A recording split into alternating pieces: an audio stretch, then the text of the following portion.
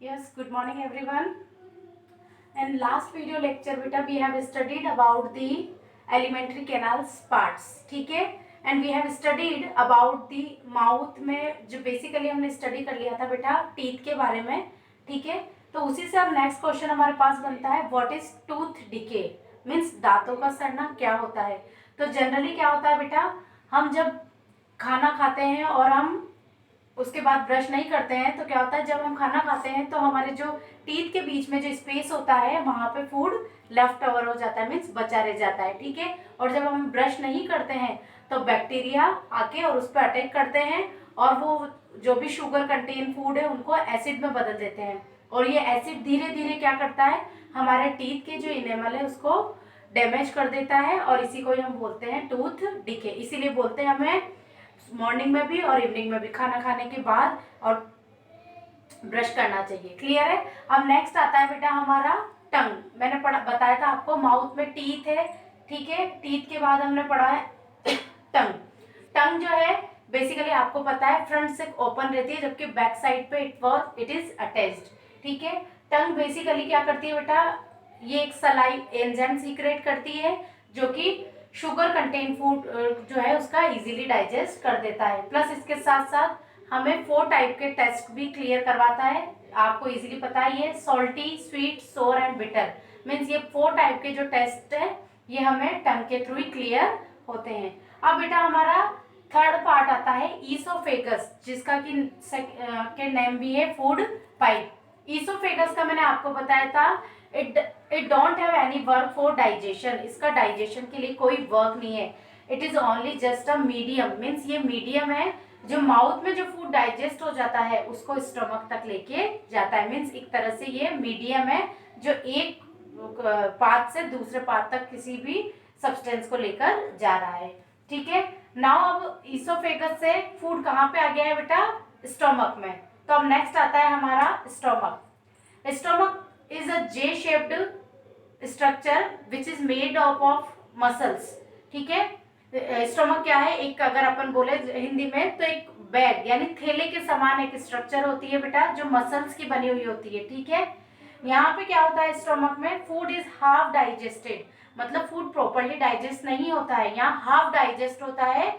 और उस जो हाफ डाइजेस्ट होता है उसे हम बोल देते हैं चाइम, ठीक है. चाइम या फिर इसे काइम, ठीक है.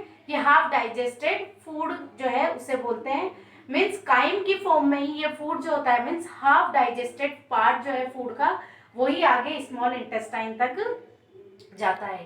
तो अब बात कर रहे हैं बेटा स्टोमक में क्या होता है, फूड का पार्शियली डाइजेशन हो जाता है यानी कि हाफ डाइजेशन होता है जिसे हम बोलते हैं काइम, ठीक है. और मेनली इसका जो डाइजेशन करने में कई सारे डाइजेस्टिव जूसेस है जो कि हेल्प करते हैं. They are basically pepsin, hydrochloric acid and mucus. ये पूछा जाता है जनरली बेटा और आपके हायर क्लासेस में भी काम आता है.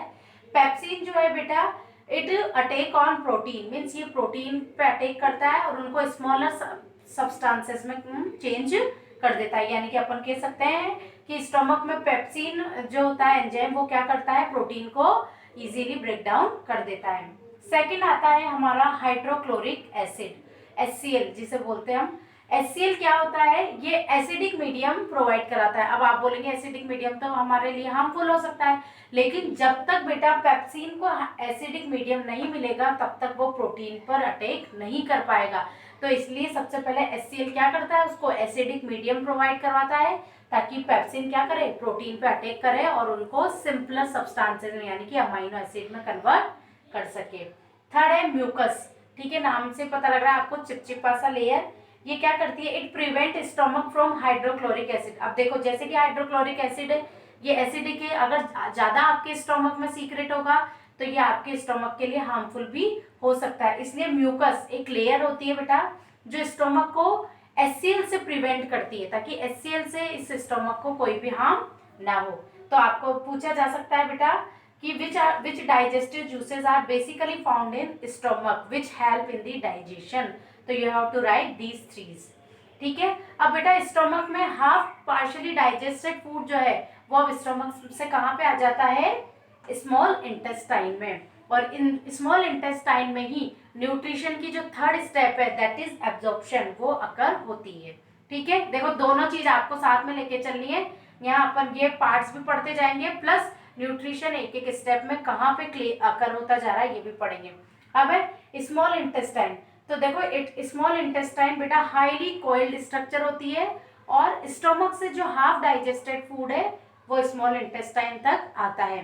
स्मॉल इंटेस्टाइन में आने के बाद फूड जो है उसका इजीली क्या हो जाता है, मतलब डाइजेशन हो जाता है, प्लस उसका एब्जॉर्प्शन भी हो जाता है। मीन्स यहाँ डाइजेशन और एब्जॉर्प्शन दोनों होता है, यानी कि अपन कह सकते हैं हाफ डाइजेशन तो स्टोमक तक हो गया, और फिर पूरा जो फूड का डाइजेशन है वो स्मॉल इंटेस्टाइन में हो जाता है, प्लस इसके साथ साथ स्मॉल इंटेस्टाइन में ही फूड का एब्जॉर्प्शन भी हो जाता है। तो देखो स्मॉल इंटेस्टाइन क्या है, ये हाईली कोइल्ड स्ट्रक्चर है, और इसी के साथ साथ ग्लैंड एसोसिएटेड रहती है, that was to basically liver and pancreas. देखो लीवर क्या है, it is the largest gland in human body, ये ह्यूमन बॉडी की लार्जेस्ट ग्लैंड है। ये बाइल जूस सीक्रेट करती है, ठीक है। ये बाइल जूस क्या करते हैं बेटा, एज अ एंजाइम वर्क करते हैं, जो कि फूड का इजीली डाइजेशन कर देते हैं। तो ये जो बाइल जूस होते हैं ये फेट कंटेंट फूड का डाइजेशन करते हैं, और ये बाइल जूस जो है वो जनरली गाल ब्लैडर में स्टोर रहता है। मीन्स जब जब इसकी नीड होती है तब ये बाइल जूस आके और फेट का डाइजेशन कर देता है। सेकेंड है इसका पैनक्रियास। पैनक्रियास में देखो कौन कौन से एंजाइम है, it contain trypsin, amylase, lipase. I underline बेटा with red marker trypsin, amylase, lipase, which break basically इन्हीं का ही ब्रेक डाउन करते हैं प्रोटीन। यानी कि ट्रिप्सिन क्या करता है बेटा, प्रोटीन पे अटैक करता है और उसको सिंपल यानी कि अमाइनो एसिड में कन्वर्ट कर देता है। उसके बाद है एमाइलेज। एमाइलेज क्या करता है बेटा, शुगर पे कंटेन करता है और शुगर पे अटैक करता है और उनको सिंपल फॉर्म में बदल देता है। लाइपेज देखो लिपिड से मिलके बना है लाइपेज, तो ये क्या करता है, फैटी एसिड पे या फैट पे अटैक करता है और उनको सिंपलर फैटी एसिड में कन्वर्ट कर देता है। यानी कि अपन बोल सकते हैं स्मॉल इंटेस्टाइन में आने के बाद देखो 3 तरह के फूड का प्रॉपर डाइजेशन हो जाता है, कार्बोहाइड्रेट, प्रोटीन और स्टार्ची कंटेंट। देखो कार्बोहाइड्रेट तो सिंपल शुगर में कन्वर्ट हो जाते हैं, किसके थ्रू हो जाएंगे, एमाइलेज एंजाइम के थ्रू, ठीक है। और प्रोटीन जो है वो अमाइनो एसिड में कन्वर्ट हो जाता है ट्रिप्सिन एंजाइम के हेल्प से, और जो फैटी एसिड्स है या जो फैट है वो सिंपल फैटी एसिड में चेंज हो जाते हैं with the help of lipase enzyme.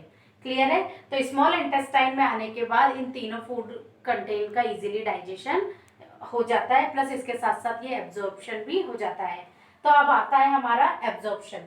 तो देखो एब्जॉर्प्शन होता है बेसिकली स्मॉल इंटेस्टाइन में, मैंने बताया था ये हाईली कोइल्ड तो है ही सही, प्लस इसके साथ साथ इसमें कई फिंगर लाइक प्रोजेक्शन होते हैं, लाइक इस तरह से, ठीक है। ये जो फिंगर लाइक प्रोजेक्शन होते हैं इन्हें हम बोल देते हैं बेटा विलाई। क्या बोल देते हैं, villi. And what is the reason of this villi, ये रीजन क्या है, ये विलाई यहाँ फाउंड होते हैं इसका। ये विलाई क्या करते हैं बेटा, ये जो स्मॉल इंटेस्टाइन है इसका सरफेस एरिया इंक्रीज कर देते हैं। वो इसलिए इंक्रीज कर देते हैं ताकि जितना सरफेस एरिया होगा उतना ही ज्यादा एब्जॉर्प्शन होगा।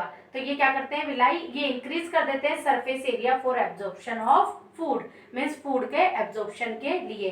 अब जब फूड इजीली एब्जॉर्प्शन हो जाता है, अब सारे बॉडी पार्ट्स में पहुंचेगा तभी तो सारे बॉडी पार्ट्स को एनर्जी मिलेगी।